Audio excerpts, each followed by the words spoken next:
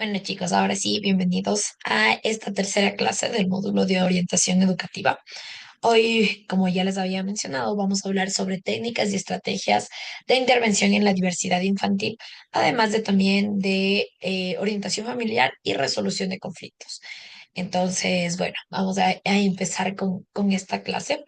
Voy a empezar a compartirles las diapositivas para poder ir a la par y conversar y explicar este tema.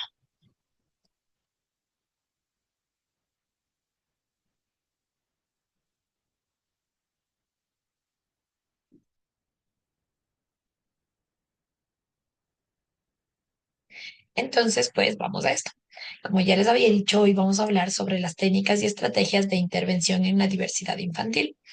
Parte de esto es poder, pues, conocer el tema de la diversidad, que fue justamente lo que estuvimos viendo en la clase anterior, de poder comprender cuáles son las diferentes necesidades educativas que nosotros podemos encontrarnos, toparnos en el aula, cómo detectar esto y también, pues, identificar los tipos de diversidad y, sobre todo, en esta clase vamos a hablar sobre cómo implementar soluciones adaptadas a cada situación porque es muy importante, como ya les había recalcado mucho, saber que cada niño es una individualidad y cada necesidad educativa incluso se convierte en una necesidad totalmente individual que necesita de una intervención muy personalizada, que necesita de adaptar las situaciones, que necesita de conocer a ese niño, a esa niña y pues de esa forma poder ayudarle. Entonces hoy vamos a hablar justamente sobre esto. Cuando hablamos de técnicas y estrategias, primero necesitamos entender cuál es la diversidad que existe en el aula, sus tipos y sus características. Nosotros ya habíamos hablado un poco sobre este tema de la diversidad cognitiva, de la diversidad física, de la diversidad socioemocional y de la diversidad cultural.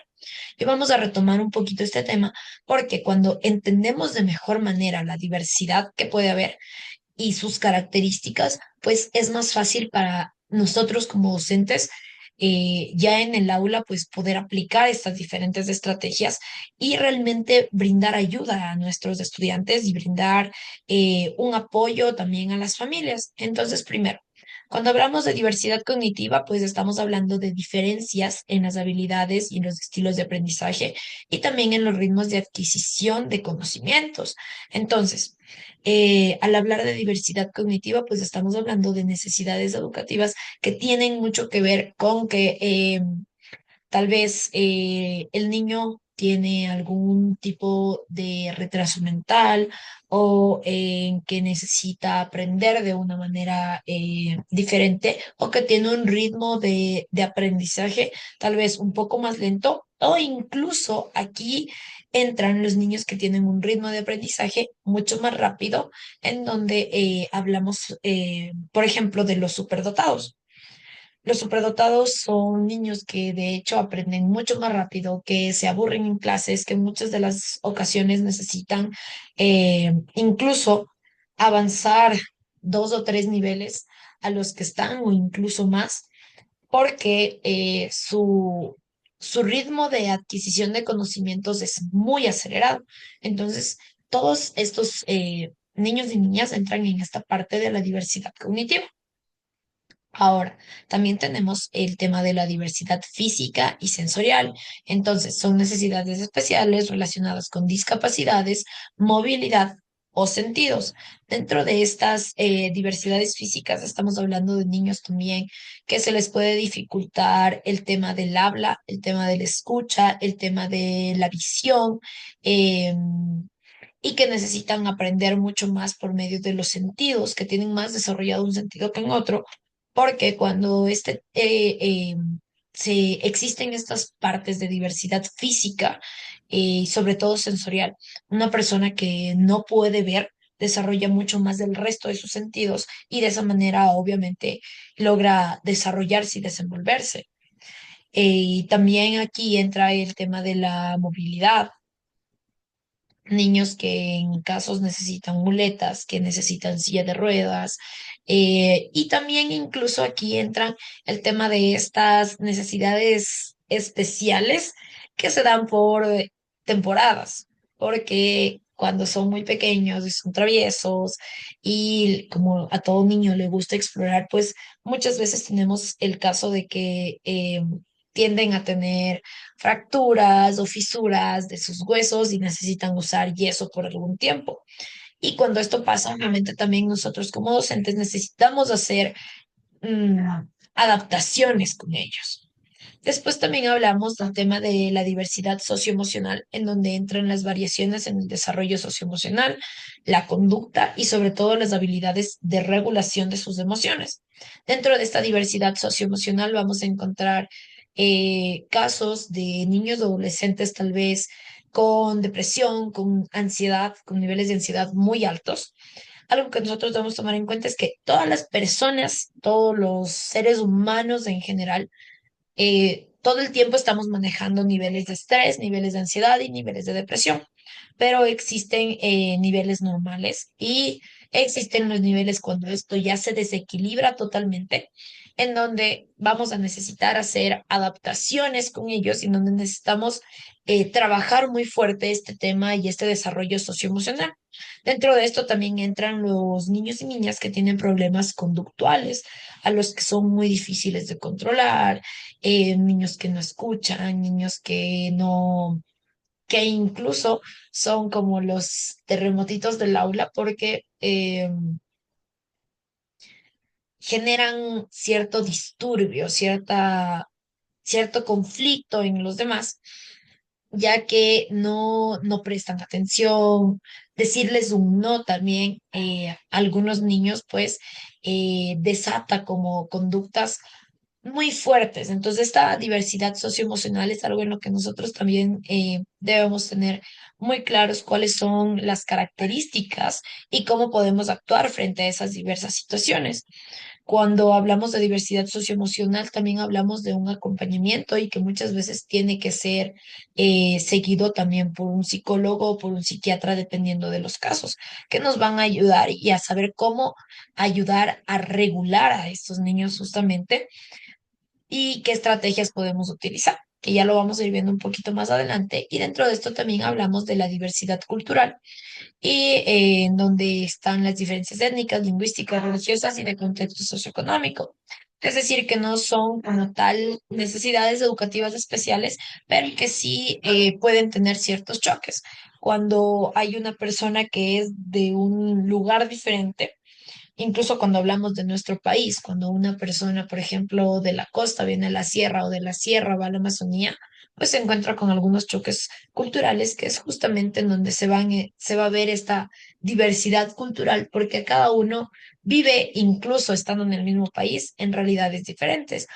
Y aquí también entra el tema de las religiones, que es algo que como docentes debemos tener bastante cuidado, bastante respeto, pero también no cruzar esa delgada línea de entrar en ser irrespetuosos con la que las demás personas creen.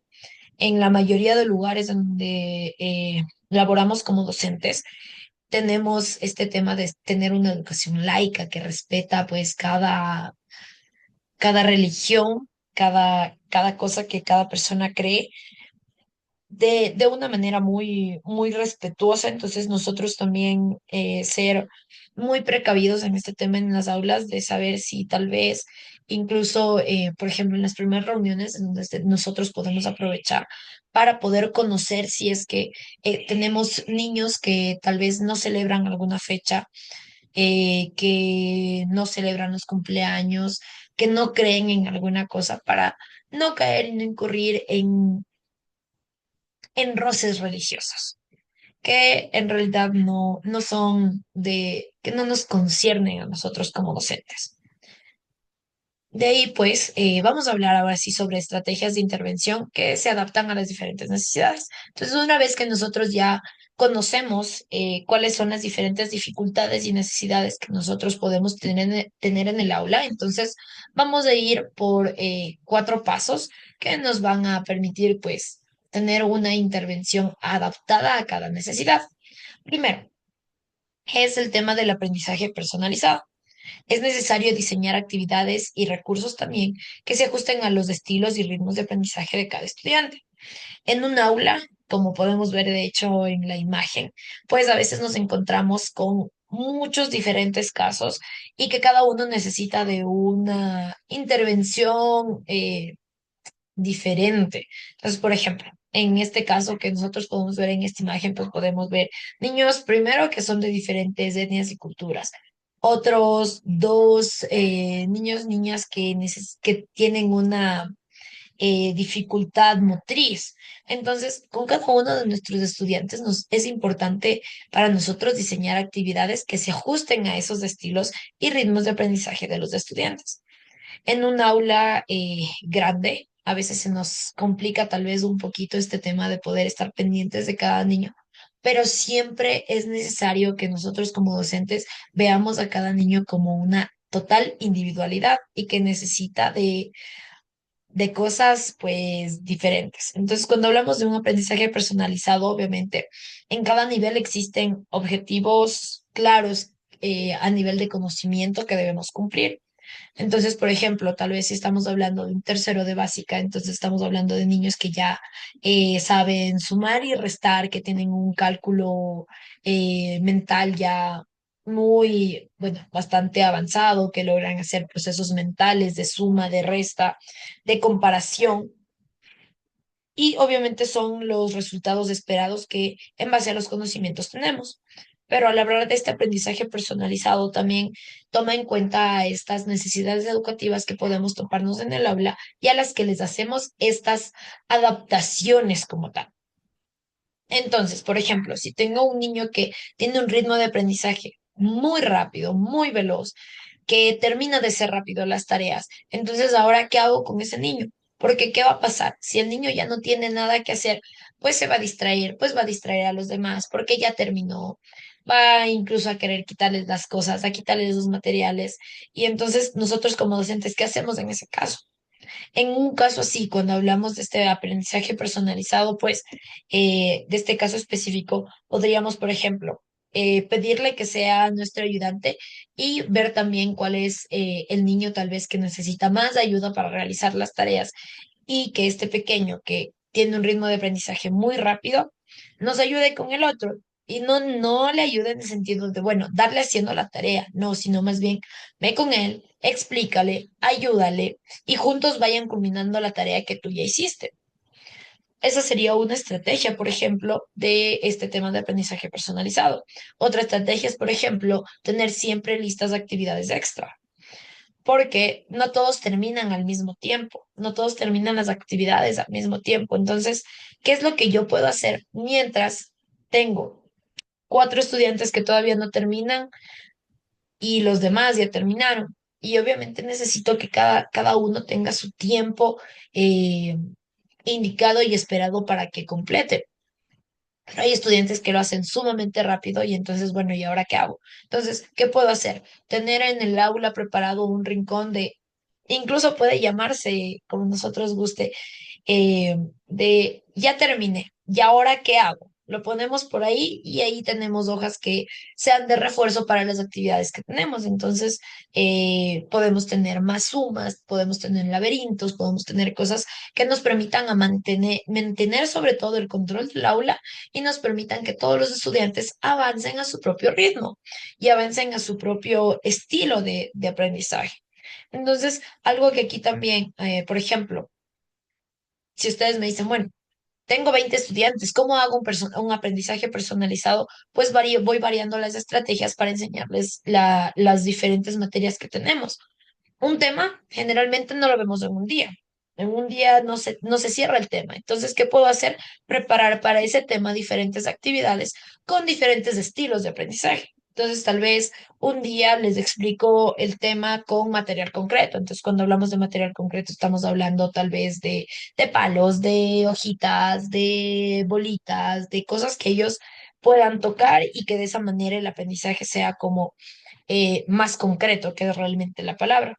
Y después podemos planificar la misma clase con, o, bueno, el mismo tema, pero con un objetivo diferente. Por ejemplo, hay niños que aprenden más a través del movimiento. Entonces, preparo actividades que no les tengan a los niños solamente sentados con el material concreto, sino que requieran de movimiento.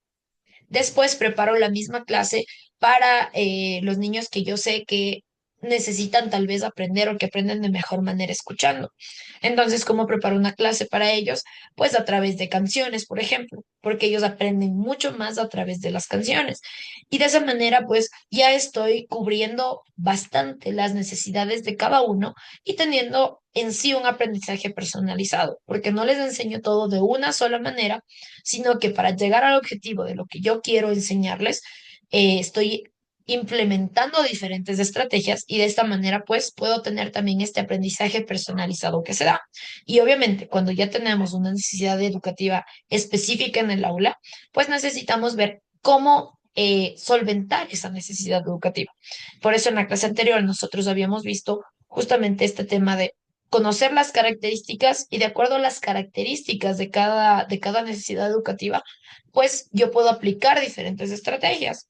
Entonces, por ejemplo, en un claro ejemplo de un niño con autismo, ¿qué necesito con estos niños? Generalmente que nos va a funcionar bastante bien en la mayoría, pictogramas. ¿Por qué? Porque ellos a través de los pictogramas pueden ver, visualizar y saber qué es lo que vamos a hacer en ese momento. Porque como habíamos visto, tenemos autismo verbal y autismo no verbal. Entonces, los niños que no hablan por la condición que tienen, necesitan verlo de alguna manera y comunicarse de una manera diferente. Entonces, en este caso específico, pues necesito adaptar mi habla y no solamente decir, bueno, aquí es el baño, aquí están las cosas, sino más bien utilizar pictogramas. Y los pictogramas son imágenes nada más, imágenes que nosotros podemos ir teniendo en diferentes lugares y que le van a permitir a este niño en específico, pues, ser parte de las actividades y no sentirse excluido. A eso hacemos referencia cuando hablamos del aprendizaje personalizado. Y aquí entra ya justamente esta parte de las adaptaciones en el aula. Y ya nos adelantamos ahí un poquito con este tema del autismo, por ejemplo, en donde pues estas pequeñas modificaciones son las que nos permiten que todos los niños se sientan incluidos. Estas modificaciones están basadas ya en el entorno, en las evaluaciones incluso, porque no todos los niños, incluso por las diferentes necesidades que tienen, pueden ser evaluados de la misma manera. Aquí debemos tomar en cuenta que existen niños que tal vez, a pesar de que ya estén tal vez en cuarto o quinto grado, que les cuesta mucho leer, entonces, o escribir, sobre todo evaluarles en un papel, pedirles que me escriban, pues realmente en lugar de demostrar qué es lo que saben o no saben, pues tal vez va a ser una tortura. Entonces, este tema de las evaluaciones también nos ayuda a facilitar esta inclusión total, esta inclusión de todos y también eh, es lo que permite que los niños no se sientan excluidos, que sepan que también pueden demostrar sus conocimientos y que no existe una sola manera para hacerlo. Y a esto se refiere las adaptaciones en el aula. Incluso hablamos hace un ratito justo de este tema de niños que temporalmente necesitan adaptarse por alguna fractura, porque tienen que usar yeso por alguna cosa, eh, que son temporales, pero que aún así nos obligan de cierto modo a hacer adaptaciones en el aula y en las actividades. La tercera parte de estas estrategias de intervención adaptadas a la necesidad, pues nos hablan de este apoyo socioemocional. Y aquí hablamos de implementar estrategias que nos ayuden a fomentar esta regulación emocional y las habilidades sociales. Las habilidades sociales es algo de lo que actualmente se habla bastante y que antes estaba tal vez un poquito como olvidado este tema de lo socioemocional. Entonces, dentro de lo socioemocional es saber que los niños necesitan regularse y necesitan pues aprender a manejar sus emociones y a manejar incluso también, pues dentro de sus emociones están también las frustraciones. Bueno, ¿qué hago cuando me siento frustrado? ¿Qué hago cuando me siento enojado? Y tener este apoyo socioemocional.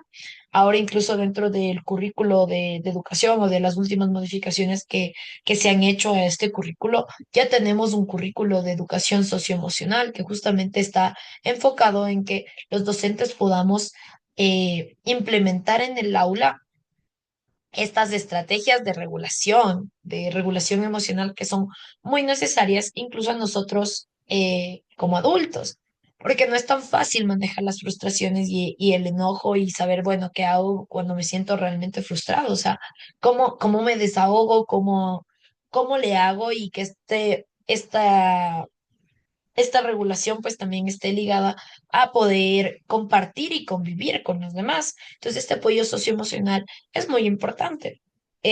Una de estrategia muy buena a utilizar en el aula es cambiar la pregunta, la típica pregunta que nosotros tenemos del cómo estás, porque la respuesta en general va a ser bien, a cómo te sientes, porque cuando hablamos de cómo te sientes, pues podemos generar mucha más conversación en los niños y tener una respuesta un poquito más concreta del bien, de solo el bien que muchas veces es superficial y que como sociedad ya lo tenemos inculcado. Siempre que nos preguntan a nosotros cómo estás, la respuesta general es bien, pero si nos preguntan cómo te sientes, es como que tal vez ya, aunque sea el cambio de una palabra, ya genera este cambio de respuesta también. Y nos va a permitir conocerles a los niños de mejor manera y generar estas estrategias de regulación. Y por último, tenemos esta parte de la colaboración multidisciplinaria. Cuando hablamos de colaboración multidisciplinaria, estamos hablando de ya trabajar en equipo con profesionales. Cuando hablamos de profesionales de distintas áreas que puedan estar ayudando en casos específicos. En muchas ocasiones, los niños necesitan o están bajo terapias psicológicas, conductuales, terapias de lenguaje, terapias ocupacionales. Entonces, cuando tenemos este equipo atrás de un niño que está trabajando con él, nosotros también debemos involucrarnos ahí y saber cómo ellos están trabajando y cómo podemos implementar las estrategias que ellos están utilizando en las terapias con nuestros niños en el aula. Porque mientras los niños puedan ver que en todos los lugares en donde ellos se desarrollan está habiendo un cambio o están implementando estas estrategias, pues va a ser mucho más fácil eh, superar esa brecha tal vez que existe cuando existe una necesidad educativa especial. Y de esta manera, pues buscamos soluciones que son integrales, que están ligadas a la terapia, a lo que estamos haciendo en casa y también se ve reflejada lo que hacemos en la escuela. Y por eso es muy importante la colaboración multidisciplinaria, es algo de lo que hemos hablado bastante. Vamos ahí con el tema de ejemplos prácticos de aplicaciones en el contexto escolar. Primero, cuando hablamos de adaptaciones físicas, entonces, primero, ¿qué acceso a la tecnología tengo? ¿Cómo yo puedo tal vez modificar los espacios y los materiales para que los niños que tienen estas diferentes dificultades, pues también se sientan parte de la clase? Cuando hablamos de adaptaciones físicas, por ejemplo, en ocasiones porque tal vez tenemos un niño que va a pasar cierto tiempo enyesado, necesito mover las mesas porque tal vez con las muletas no pasa. Aquí entran estas adaptaciones físicas, en donde muevo el mobiliario, en donde ubico las cosas de mejor manera, en donde tengo más accesibilidad para este niño en específico que necesita esta adaptación. Dentro de esto también está diseñar incluso material diferente, material que sea tal vez más concreto, actividades que sean más lúdicas en un caso, eh, actividades en algunos casos, por ejemplo, pueden ser más complicados o actividades más fáciles, preparar más material concreto y de esto se tratan las adaptaciones físicas. También hablamos aquí del aprendizaje cooperativo, algo que es muy importante cuando tenemos en el aula una necesidad educativa especial, es saber que necesitamos sensibilizar a los demás niños o los demás, al entorno que está ahí de por qué tal vez este niño es un poco diferente o actúa de manera diferente, que los demás también lo entiendan. Entonces, ¿qué es lo que pasa? Por ejemplo, cuando en el aula tenemos un niño que es sumamente inquieto, que no puede quedarse ahí. Nosotros tal vez decimos, bueno, ya como profe, y bueno, yo lo voy a dejar que se pare, que tal vez no haga la actividad ahí en su puesto sentado, sino que pase al pizarrón y que lo haga, porque muchas veces nos toca así. Entonces, por ejemplo, les voy a dar aquí un ejemplo que me pasó a mí. Tenía un niño que realmente no podía mantenerse sentado tal vez más de 10 15 minutos porque su condición no lo permitía. Entonces,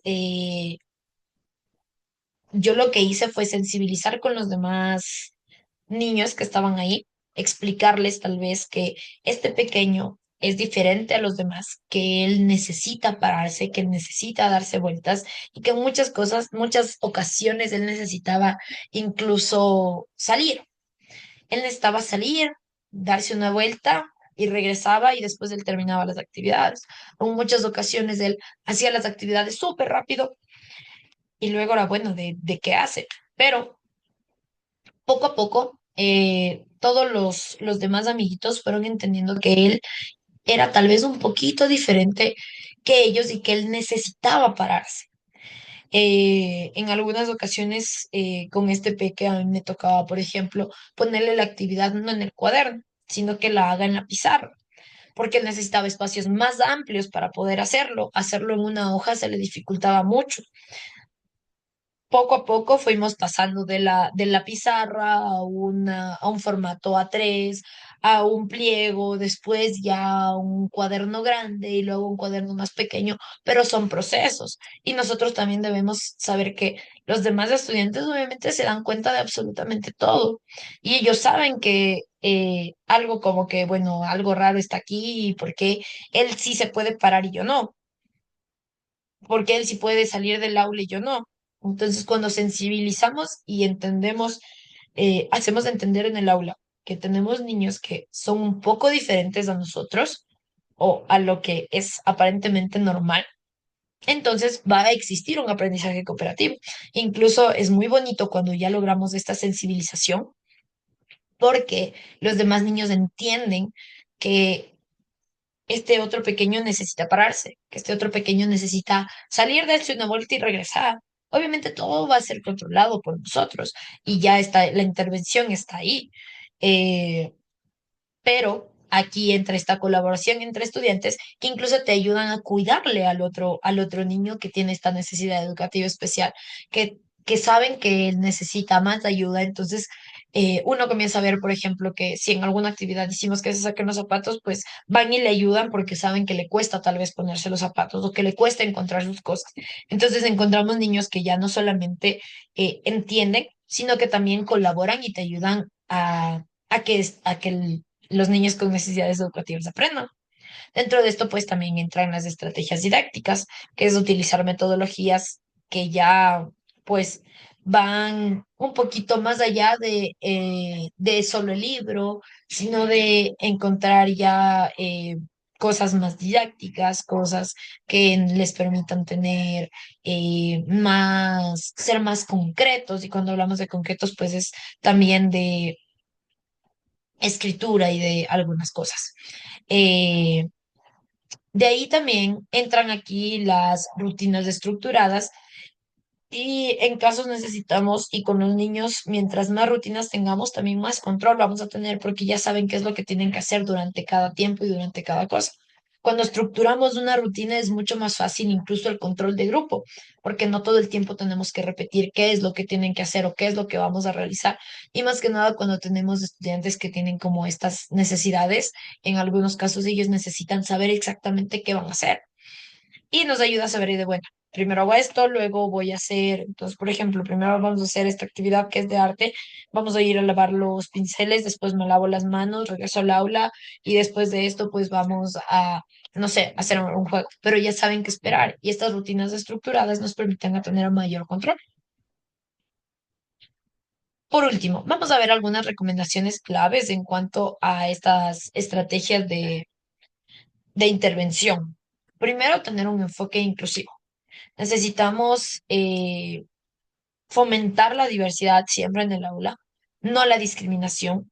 eh, y para esto necesitamos tener este enfoque de, bueno, tal vez en algún momento voy a tener un aula en donde voy a tener un niño con necesidades educativas. ¿Y qué voy a hacer? No podemos bloquearnos en ese momento y decir, no, es que yo con este niño no puedo, sino más bien que ya como docentes necesitamos ver, ok, ya sé, por ejemplo, llegan y nos dice el director, bueno, este año vas a tener un niño que va a tener, que tiene déficit de atención. Ok, entonces voy, averiguo, investigo qué es el déficit de atención, recuerdo cuáles son las clases que tenía, recuerdo ¿Qué puede pasar con un niño que tiene déficit de atención en el caso de que necesita tal vez más actividades o en el caso de que tiene hiperactividad y tiene mucho movimiento? Entonces, ¿qué cosas puedo hacer y de esta forma fomentar esta diversidad? También necesitamos tener siempre una formación y capacitación continua, porque mientras más pasa el tiempo, existen más estudios y existen más avances en cuanto a las diferentes necesidades educativas y estar siempre actualizados también, porque todas estas cosas han ido variando bastante y cuando hablamos de psicología incluso existen variaciones con el tiempo. Entonces, por ejemplo, hace muy poco tiempo se hablaba de Asperger como una cosa y de autismo como otra. Ahora ya no existe el Asperger, existe solamente el autismo en grado uno, que básicamente es lo que antes se llamaba Asperger. Entonces, todas esas actualizaciones es responsabilidad de nosotros como docentes, pues estar siempre al tanto y saber qué, de qué se trata cada cosa y qué estrategia puedo ocupar. Y tomar en cuenta lo que siempre les he replicado, de que no todas las estrategias, aunque tengan la misma necesidad educativa, nos van a funcionar con todos, porque cada uno es un mundo diferente y a cada uno le tocan características de las diferentes necesidades, incluso diferentes. Dentro de esto también tomar muy en cuenta el tema de la colaboración familiar, porque cuando hablamos de esta colaboración familiar, pues eh, es mucho más fácil estos procesos de intervención cuando sabemos que la familia nos está apoyando. Es muy evidente y es muy fácil detectar cuando una familia no te está ayudando. Nosotros como docentes sabemos y nos damos cuenta muy fácil cuando una familia no te ayuda, porque los avances que nosotros tenemos de lunes a viernes, el fin de semana se cae. Todo lo que nosotros logramos avanzar con un niño, que el lunes, bueno, el lunes es un desastre, que el lunes es muy complicado, que los lunes son muy pesados, que el martes, bueno, comienza a bajar un poquito su nivel de intensidad, que el miércoles ya vamos en ese proceso mucho mejor, que el jueves ya lo logramos, por fin ya estamos en ese proceso y el viernes, pues, wow, fue maravilloso. Y el fin de semana en casa no nos ayudaron con las estrategias que estamos aplicando, que el fin de semana tal vez no le hicieron caso al niño en casa, como decimos nosotros aquí en Quito, no le pararon bola, se cae. Y el lunes otra vez nos toca reempezar el proceso de intervención con los niños. Entonces, mientras mayor colaboración familiar nosotros tenemos, va a ser evidente el cambio y obviamente el avance que van a tener nuestros niños. Y por último, también tenemos este tema de la revisión continua. Es muy importante, y eso es algo que hemos recalcado mucho durante estas clases, evaluar y ajustar las estrategias que estamos utilizando. Las estrategias no siempre nos funcionan a la primera y a veces tenemos que hacer el cambio de estrategia porque ya les estamos aplicando 2, 3 semanas, no vemos cambio. A veces tal vez el equipo interdisciplinario que tenemos, el psicólogo, el director, el DS nos dicen, no, es que bueno, esta estrategia nos va a funcionar de aquí después de 2 meses, tengan paciencia, ok. Pero también cuando hablamos ya de ir ajustando estas estrategias, de decir, bueno, no, después de tanto tiempo sigue sin funcionarme, pues necesito ver un recambio. Ahora también vamos a hablar un poquito sobre el tema de la orientación familiar y la resolución de conflictos.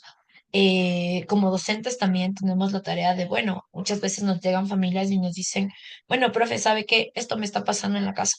Mi hijo no está comiendo bien, mi hijo no quiere hacer caso, no quiere hacer las tareas, yo no sé cómo usted le hace, pero es que aquí en la escuela sí hace caso y ahora qué hago. Y a veces a nosotros como docentes nos cae como un baldazo de agua fría y nos dice como, o me está hablando de otro niño diferente, porque aquí en la escuela pues es un niño que sí obedece, es un niño que come todo, es un niño y se está portando diferente en casa. Pero bueno, ¿cómo nosotros podemos ayudar y orientar a las familias para que se solucionen las cosas y sea más llevadero también en casa? Entonces vamos a hablar aquí de tres temas muy importantes, que es la comunicación, la resolución de conflicto y también pues algunos casos de éxito que nos ayudan a guiarnos a saber qué hacer. Primero, como estrategias prácticas para mejorar la comunicación, tenemos el tema de la escucha activa. Cuando practicamos la escucha activa, pues esto es algo que debemos recomendarles mucho a las familias, la escucha activa. Muchas veces estamos ahí, nos hablan, pero en realidad no estamos escuchando. Entonces, cuando practicamos la escucha activa, realmente hacemos silencio, realmente entendemos lo que la otra persona nos dice, sino, y no interpretamos, porque muchas veces lo que pasa cuando existe una conversación o este tipo de cosas es que no estamos escuchando a los demás, sino que estamos interpretando lo que nos quieren decir. Entonces, practicar la escucha activa nos va a permitir entender a los demás y juntos buscar soluciones. Después también tenemos el tema del manejo de emociones. Eh, Cuando tenemos un niño que no logra regularse emocionalmente, muchas veces es el reflejo de lo que está pasando en casa. Y nosotros lo que debemos recomendar también como docentes es que se practique este tema de la regulación emocional desde la casa. Ok, puede ser que yo como padre me enojé, pero ya no puedo comenzar a gritar y estar por ahí, entonces yo puedo recomendar al padre, bueno, mientras tal vez estemos enojados, pues no podemos sentarnos a comer, vamos a hacer un círculo, vamos a conversar sobre nuestras emociones, porque justamente cuando los niños ven esto en los padres, es más fácil para ellos replicarlo en casa, replicarlo en la escuela. Entonces, este manejo de emociones tiene que partir también desde la casa. Después también tenemos que hablar el tema de resolución de problemas, enfocarnos en resolver problemas de manera constructiva. ¿Qué es lo que pasa? Que muchas veces cuando existen problemas, lo principal que nosotros hacemos es buscar culpables. Entonces, y en casa pasa también lo mismo. Cuando hay problemas, entonces a veces escuchamos que nos dicen, no, es que es culpa de la mamá porque la mamá no le pone límites. Y el papá te dice, no, es que es culpa. Y la mamá te dice, no, es que es culpa del papá porque el papá es el que le consiente. Entonces, no se trata de buscar culpables, sino de encontrar soluciones. Y cuando hablamos de este tema de encontrar soluciones, estamos hablando incluso desde los niños. Cuando a un niño nosotros le solucionamos la vida, es un niño que no sabe resolver sus problemas y que después más adelante pues se le va a complicar muchísimo la vida, porque en la vida tenemos muchos problemas todo el tiempo. Y aquí entra también el tema de la negociación. Entonces, algo que a veces es un poquito bastante conflictivo, porque cuando hablamos de negociar, a veces los papás nos dicen, no, es que yo, ¿cómo voy a negociar con mi hijo? Es que no se trata de negociar porque yo soy la autoridad y el que él tiene que hacer exactamente lo que yo le digo. Entonces, muchas veces esta negociación entra en el tema de poder escuchar a la otra persona y también saber qué es lo que necesita, qué es lo que le está haciendo falta o qué tal vez le está sobrando para nosotros poder encontrar soluciones a estos problemas. Y que el niño no se sienta también del todo obligado y que el adulto también no se sienta de que perdió la autoridad. Entonces, esta negociación va por ese lado. Obviamente, como adultos debemos saber y entender que existen cosas que tal vez con los niños no podemos negociar del todo, como es decir, bueno, es que yo no quiero dormir y quiero pasarme todo el día viendo la tele porque sabemos que va a ser dañino para el niño y nosotros como adultos estamos ahí para guiarles. Entonces, estas negociaciones van más por el lado de escuchar, saber cuáles son las necesidades de los niños, pero también saber que hay cosas que no son negociables y en estas cosas en las que los niños se van a hacer daño, pues no podemos negociar, porque nosotros somos responsables de ellos. Y ahora vamos a ver algunos casos de éxito y lecciones, pues, que podemos aprender. Primero, pues hablamos de la comunicación asertiva. Entonces, aquí podemos leer, una familia logró resolver conflictos y mejorar sus relaciones a través de la comunicación asertiva y el respeto mutuo. Entonces, dentro de esta comunicación asertiva entra la escucha activa y entra el, ok, escuchar y entender realmente lo que la otra persona me dice y de esa manera, pues, podemos resolver los conflictos. Ya no es a los gritos, ya no es a los golpes, ya no es, bueno, me frustré y me fui, sino que más bien existe esta comunicación asertiva que permite tener respeto y que nos ayuda a resolver los conflictos. El segundo caso habla de la resolución de problemas y nos dice, otra familia aprendió a enfocarse en resolver problemas de manera constructiva en lugar de culpar o atacar. Entonces, cuando existe un problema, ya no buscamos culpables, ya no buscamos atacar a, tú tienes la culpa, tú eres el responsable de que esto pase o el responsable de que esto no pase. No, sino que más bien buscamos cómo hacer para que este problema se solucione sin buscar culpables, sin buscar a quién atacar y simplemente encontrarle solución al problema. Y por último, hablamos de la parte de la negociación efectiva, que es justo de lo que eh, hablamos anteriormente. Entonces, una tercera familia desarrolló habilidades de negociación que les permiten encontrar soluciones satisfactorias para todos. Nos permite escuchar a los niños, nos permite escuchar a los adultos, va muy de la mano con la comunicación asertiva y pues permite que todos se sientan en cierto modo satisfechos y pues sea una solución muy efectiva para esta resolución de problemas. Entonces, esta negociación es muy eficaz cuando la sabemos aplicar de manera correcta y cuando sabemos que hay cosas que no podemos negociar, pero que sin embargo podemos explicarle a la otra persona para que también se sienta satisfecha de, ah, ok, no lo estoy haciendo tal vez solo por obligación, sino porque me están cuidando. Y bueno, con esto concluimos la segunda parte de esta clase y les voy a dejar un tercer video explicándoles la tarea del día de hoy.